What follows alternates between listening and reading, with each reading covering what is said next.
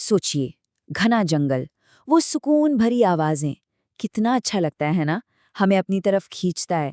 एकांत और रोमांच का एक अजीब सा नशा होता है इसमें।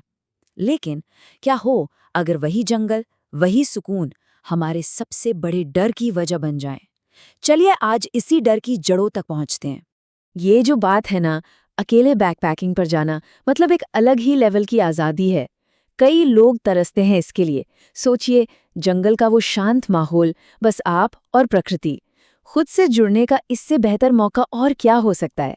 वाकई एक कमाल का एक्सपीरियंस होता है ये। लेकिन सोचिए एक पल के लिए कि जब ये एहसास हो कि आप वहां अकेले हैं ही नहीं, तब क्या होगा? बस वहीं से वो सारा सुकून, वो शांति एक भयानक सपने में तब्दील हो जाती है। आइए इसी डर को 3 सच्ची, हैरान कर देने वाली कहानियों के जरिए समझने की कोशिश करते हैं। अच्छा, इन कहानियों की एक खास बात है। इनकी शुरुआत हमेशा एक सेफ जगह से होती है। मतलब एक ऐसा ठिकाना जहां लगता है कि अरे यहाँ तो कोई खतरा छू भी नहीं सकता।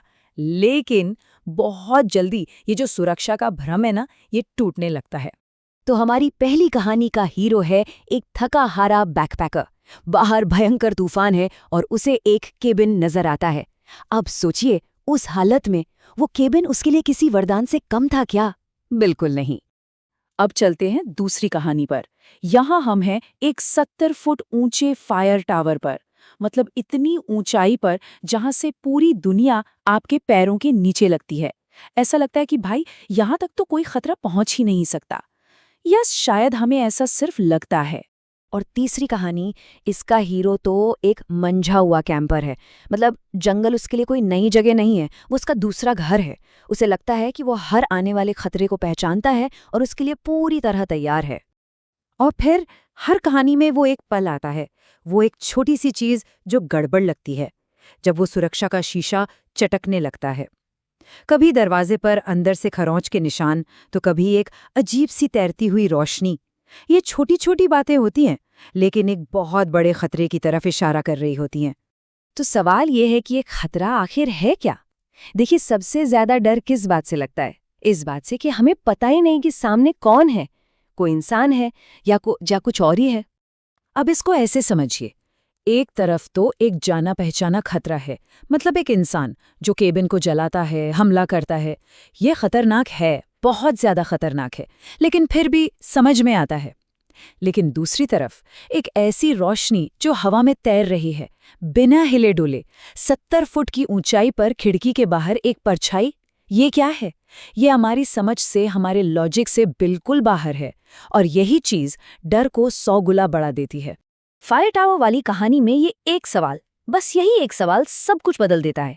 जब एक किरदार दूसरे से पूछता है, क्या वो कोई इंसान लगता है? बस उसी पल उन्हें एहसास होता है कि वो किसी ऐसी चीज से लड़ रहे हैं जो नॉर्मल नहीं है। और बस डर की कोई सीमा नहीं रहती। तीसरी कहानी में तो सबूत और भी अजीब है। एक लगातार आने वाली गड़गड़ाहट की आवाज, जो ना तो किसी इंसान की है ना किसी जानवर की। फिर अचानक बिना हवा के 2 बड़े बड़े पेड़ अलग अलग दिशाओं में गिर जाते हैं। मतलब ये कोई आम जानवर या इंसान तो बिल्कुल नहीं कर सकता। तो सवाल वही है कि आखिर ये है क्या भला? इन कहानियों का जो सबसे खौफनाक हिस्सा है ना, वो सिर्फ खतरा नहीं है, वो है एक ऐसी घटना जो नामुमकिन लगती है। एक ऐसा पल जब आपका दिमाग, आपका लॉजिक सब जवाब दे जाता है। मतलब सोच कर देखिए, मूसलाधार बारिश हो रही है और एक लकड़ी का केबिन धू धू करके जल जाता है। कैसे? या फिर रातों रात 70 फुट ऊंचे टावर से स्टील की सीढ़ियों का एक पूरा का पूरा हिस्सा गायब हो जाता है, बिना किसी आवाज के। ये नामुमकिन लगता है, और यही नामुमकिन होना ही तो इसे और ज्यादा भयानक बना देता है। चलिए, मान लिया कि वो लोग इन घटनाओं से बचकर निकल गए, लेकिन उसके बाद क्या? असली खौफ तो शायद जिंदा बच जाने के बाद शुरू होता है, जब उन सवालों के साथ जीने पर मजबूर हो जाते हैं जिनका कोई जवाब ही नहीं है। देखिए, जिस्म पर लगे जख्म तो शायद वक्त के साथ भर भी जाएं, लेकिन दिमाग पर जो असर होता है वो कभी नहीं जाता। इन लोगों की जिंदगियां हमेशा हमेशा के लिए बदल गईं।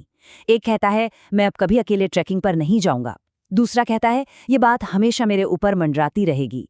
वो डर कभी उनका पीछा नहीं छोड़ता। और शायद यही इन कहानियों का सबसे डरावना पहलू है। कि आखिर में कोई जवाब नहीं मिलता, कोई पता नहीं चलता कि वो क्या था, क्यों हुआ, बस एक सवालिया निशान रह जाता है जो जिंदगी भर परेशान करता है। तो सोचिए, जो बच गए वो तो निकल आए, लेकिन वो राज, वो रहस्य, वो तो आज भी उसी जंगल में कैद है। तो आखिरी सवाल यही है कि अगर ये सब सच है तो उन जंगलों के अंधेरे में और क्या-क्या है जो हमारा इंतजार कर रहा है? वो कौन सी चीजें हैं जो हमारी दुनिया के नियमों और समझ से बिल्कुल परे हैं?